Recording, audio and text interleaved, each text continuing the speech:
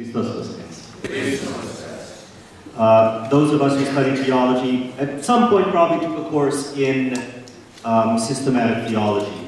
And as we know, they say the theologian is the one who prays, and the one who prays is the theologian.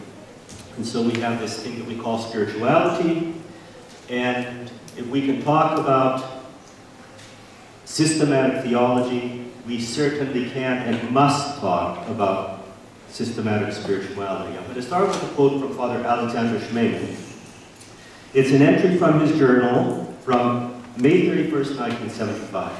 And we've been going on some various paths the last couple of days.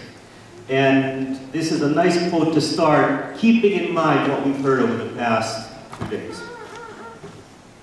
Ideology is Christianity torn away from Christ, though it was born and reigns in the Christian world. Ideology is the denial of the future. It is making man into an instrument of its idea. It is a stream of abstract truth thrown over the world and over life, which makes impossible any normal communication. All become strategy or tactics. Ideology is the means distinct from the goal, while Christ eliminates the distinction between means and goal. In Christ, the goal is the kingdom of God revealed through the means. He, himself, is life. And so we say the goal of Orthodox Christianity is to make Christ present in our hearts, in our minds, and in our souls, and so to make him and the gospel present in the world.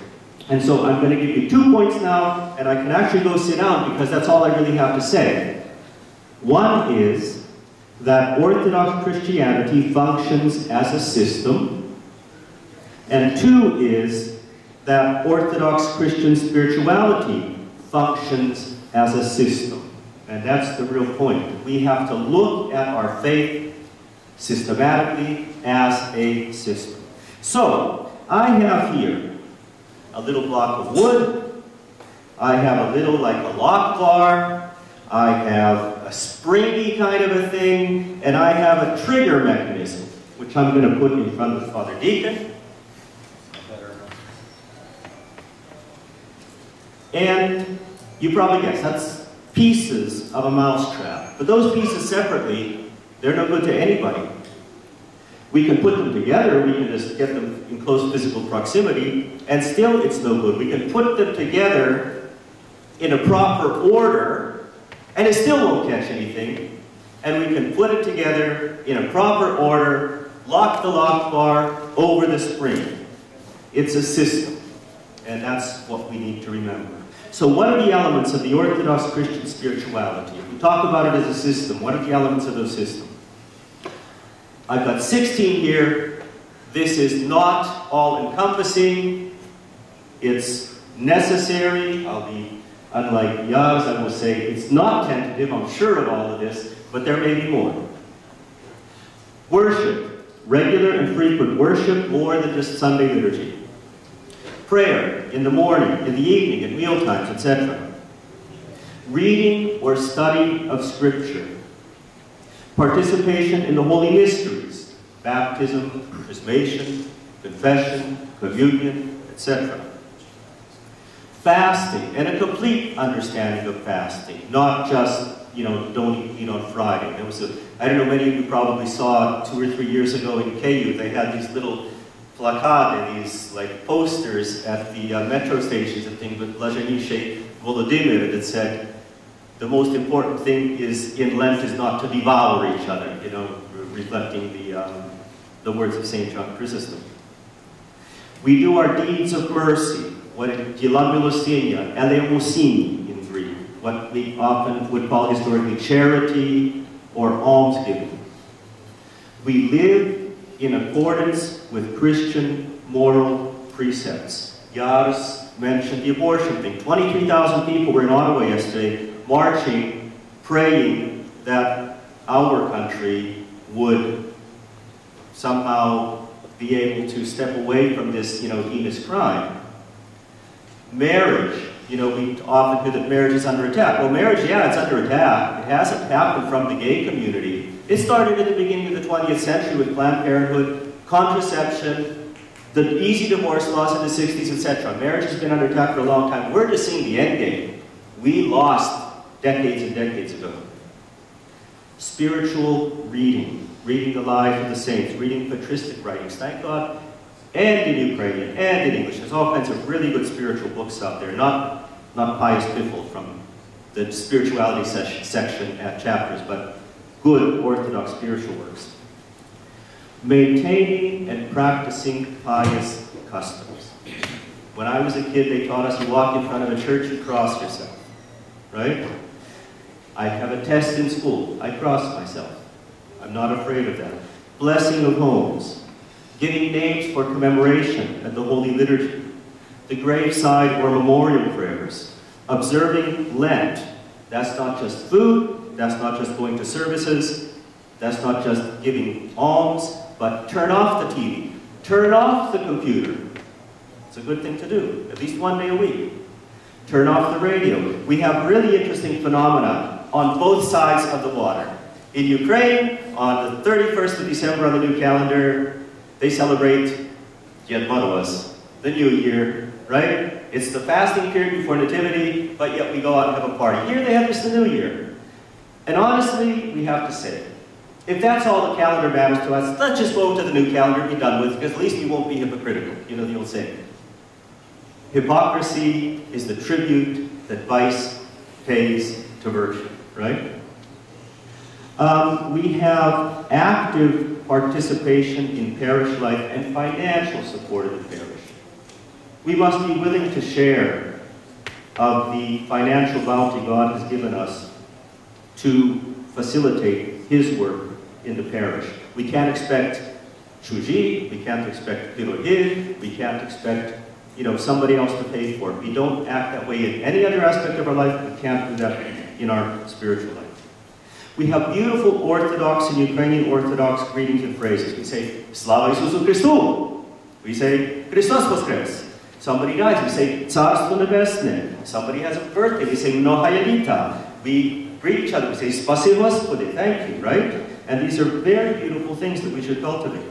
Celebrating the feast days, and especially for the children, the feast days are much more important than the fasting days. We should be doing both, but if you're not going to do the fast, at least go and celebrate. Father Deacon was referring to this. Cultivating communion with the saints, not just reading the lives of the saints, but celebrating the saints' days by, sanctifying the day, by going to the Vespers, the Semishna, to the Divine Liturgy on the day itself. Especially celebrating the day of our patron saint, and recognizing the fact, this is a really neat thing to do with people. When you say, oh, tomorrow is your saint's day. Oh, I didn't know. It's a very nice thing to do.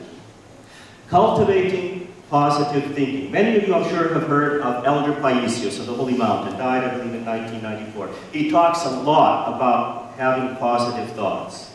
In our society, this is a gigantic thing. People have all kinds of issues with thoughts. All these thoughts come, Father, I don't know, is it sinful? Well, read Elder Paisios. That's all I have to say. We have to cultivate positive thoughts. And two more, mission and evangelization. We have to spread the faith. That's a commandment of Jesus, by the way. Go forth and teach all the nations, right? End of Matthew's Gospel. We hear it at every baptismal service. We hear it on Holy Saturday. It's a commandment of Jesus to spread the gospel among our family, among our friends, among our co-workers, etc. And lastly, I would say this, in our society it's really important. Never treat other people as objects. Do not objectify other people. Do not see others as a means to an end. Do not use pornography, gigantic issue in our society. Never objectify any other human being. So under normal circumstances, and I underline, under normal circumstances, all Orthodox Christians should be engaged in all these activities. It's not pick and choose. I like prayer, I like fasting, I like this, I like that, but I'm going to leave everything else. No. All of that, under normal circumstances, has to be part of our life if we wish to have a well-rounded and healthy spiritual life. So let us say somebody is doing all these things. Is it enough? Maybe, but probably not. Come back to the mousetrap. It's all set up. The little lock bar is locked. It's still not going to catch anything, except maybe if some mouse is stupid enough to walk over it. You have to bait it as well. And so we can take another example, take the human brain. Okay, you have a beautiful, beautiful human brain. Can it work on its own? No. It requires what they call a substrate. The only substrate that the human brain works on is glucose. It's sugar. So you need sugar. Sugar is important. Okay? So a substrate in biochemistry is a molecule that is acted upon by an enzyme. And a substrate in biology is the natural environment in which an organism lives, or the surface or medium on which an organism grows or is attached. Both of those definitions we can apply spiritually. A molecule that is acted on by an enzyme, or the natural environment in which an organism lives, or the surface or medium on which an organism grows or is attached. So, an authentic, Orthodox Christian life requires not only those physical acts that I mentioned earlier, but it requires a spiritual substrate as well. So what is this substrate of the Christian life? In a general, using a sort of an all-encompassing term, we would say it is the virtues. In addition to the physical, mental disciplines of Christianity, we must cultivate the Christian virtues. Repentance, which Yaros eloquently talked about.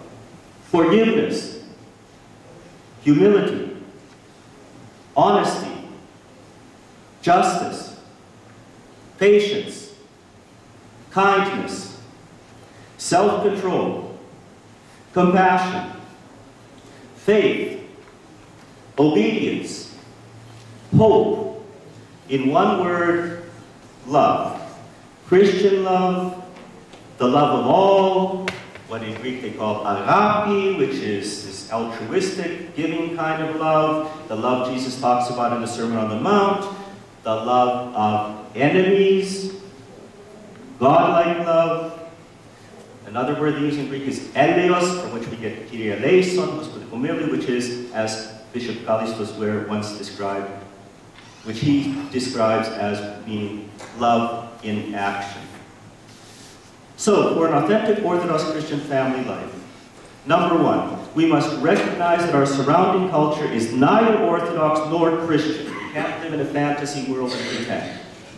Two, our situation is fundamentally different from the situation our forebears found themselves in, whether here or in Ukraine. Number three, the only place that young people can receive this life-giving teaching of the gospel is in the family, and I say, hopefully, in the parish. But that's only hopefully, and that's not in every parish. We all know that.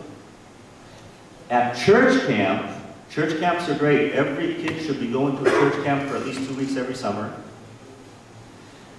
We can do somewhat virtually on the computer, but computers are very dangerous tool, especially for the young people, so we have to be really, really careful about that.